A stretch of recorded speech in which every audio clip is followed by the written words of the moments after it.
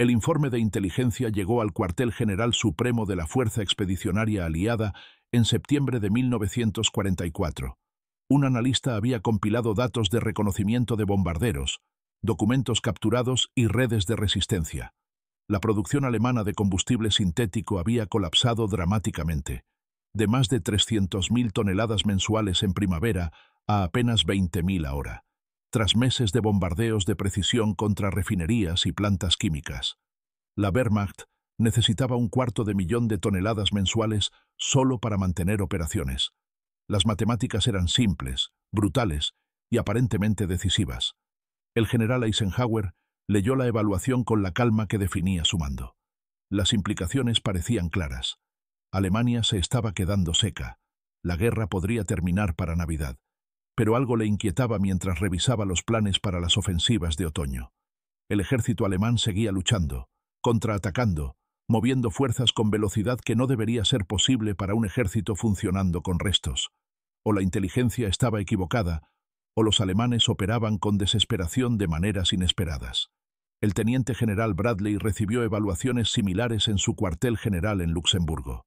Los informes sugerían que Alemania estaba acabada. Los números lo decían. La campaña de bombardeo había funcionado. La conclusión parecía obvia. Debía haber reservas ocultas, depósitos que el reconocimiento no había encontrado. Ninguno consideró seriamente lo que realmente hacían, canibalizando toda su infraestructura militar, despojando unidades de entrenamiento y áreas traseras, acumulando cada gota para un último lanzamiento desesperado. A través de noviembre, mientras las fuerzas avanzaban hacia la frontera alemana entre barro y lluvia, la cuestión del combustible permanecía como abstracción. En el tercer ejército, Patton gruñó a su estado mayor. «Si se han quedado sin combustible, ¿por qué siguen disparándonos?». Era una pregunta justa. La respuesta estaba en entender la diferencia entre agotamiento estratégico y capacidad táctica, entre un ejército que no podía sostener operaciones prolongadas y uno que aún podía concentrar fuerzas para esfuerzos breves y violentos. 16 de diciembre de 1944, 5:30 de la mañana. El bombardeo alemán que anunció la ofensiva de las Ardenas destrozó la suposición de que Alemania estaba acabada. Los informes parecían imposibles. Un ataque a través de casi 80 millas con 20 divisiones. Eisenhower comprendió inmediatamente. Esto requería combustible a una escala imposible. ¿De dónde lo sacaron? La respuesta llegó en piezas. El plan dependía explícitamente de capturar depósitos estadounidenses. El Kampfgruppe Peiper llevaba combustible para 100 millas de combate. Para sostener la ofensiva, necesitaban esos depósitos. En el caos, miles de galones cayeron en manos alemanas. Tanques alemanes funcionando con gasolina estadounidense, la suprema ironía. Pero no fue suficiente. Los oficiales capturados revelaron que tenían combustible para 3 o 4 días. Después dependían de existencias capturadas. La realización golpeó a Bradley. Esto era una ofensiva debido a la escasez de combustible. Alemania apostaba todo en una ruptura que capturaría recursos para sostenerse. Era brillante, desesperado y condenado. A través de los bosques de las Ardenas, la evidencia se volvió imposible de ignorar. Vehículos abandonados por todas partes, tanques vacíos, camiones al borde del camino, semior-ugas dispersos. El tercer ejército de Patton encontró unidades alemanas que no podían maniobrar ni escapar por falta de combustible.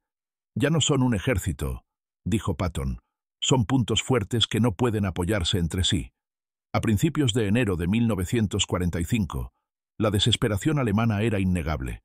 Los prisioneros hablaban abiertamente sobre escaseces. Las plantas de combustible sintético no producían casi nada. A fines de enero, Eisenhower declaró: «Dispararon su última carta, concentraron todo para un esfuerzo, y no fue suficiente. Ahora no les queda nada». La producción había caído por debajo de 10.000 toneladas mensuales. La Wehrmacht necesitaba 25 veces esa cantidad.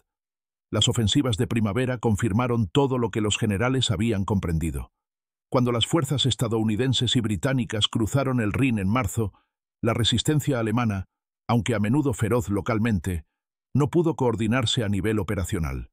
Las unidades lucharon aisladas, incapaces de apoyarse mutuamente o retirarse en buen orden. Para abril, La situación del combustible se había vuelto catastrófica. Las unidades alemanas estaban literalmente inmóviles. Los tanques permanecían en posiciones defensivas no porque fuera tácticamente sensato, sino porque no podían moverse. Bradley vio la evidencia por todas partes. Batallones capturados sin resistencia, porque los tanques no podían moverse. Divisiones que se rendían porque no podían retirarse. El tercer ejército de Patton corrió a través del sur de Alemania, cubriendo distancias en días que habrían tomado semanas contra un enemigo móvil.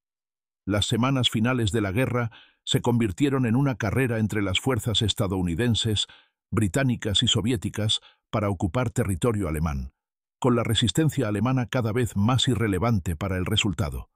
En su informe final sobre la campaña europea, Eisenhower dedicó atención significativa a la crisis de combustible y su impacto en las capacidades alemanas. La campaña de bombardeo contra la producción de combustible sintético, concluyó, había sido quizás el factor más decisivo en la derrota de Alemania. No porque los detuviera de luchar, sino porque los detuvo de maniobrar. Un ejército moderno sin combustible, escribió, no es un ejército en absoluto, es una colección de puntos fuertes aislados, incapaces de apoyo mutuo, de concentración, de maniobra. Bradley, en sus reflexiones de posguerra, se enfocó en las Ardenas como el momento de revelación. Antes del 16 de diciembre, la crisis había sido una evaluación de inteligencia, un factor en la planificación. Después de que la ofensiva colapsara, era una realidad observable. Apostaron todo en una ofensiva, escribió, y cuando falló, no les quedaba nada. Las estadísticas confirmaron todo lo que los generales habían observado. La producción alemana de combustible en abril de 1945 fue menos de 5.000 toneladas, aproximadamente el 2% de lo que la Wehrmacht necesitaba para operaciones normales. Miles de vehículos blindados fueron capturados intactos, simplemente sin combustible. Divisiones enteras se rindieron porque no podían retirarse y no veían sentido en morir en el lugar. La campaña de bombardeo aliada contra la producción de combustible sintético había logrado lo que ninguna batalla individual podría haber logrado. Había inmovilizado al ejército alemán.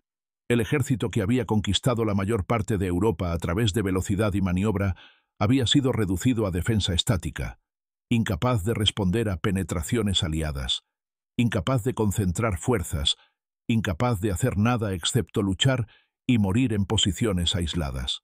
Los generales estadounidenses que habían pasado la guerra gestionando logística y estudiando informes de inteligencia aprendieron una lección fundamental sobre la guerra moderna. Un ejército sin combustible no es un ejército, es un objetivo. Y Alemania, en los meses finales de la guerra, había aprendido esa lección de la manera más dura posible.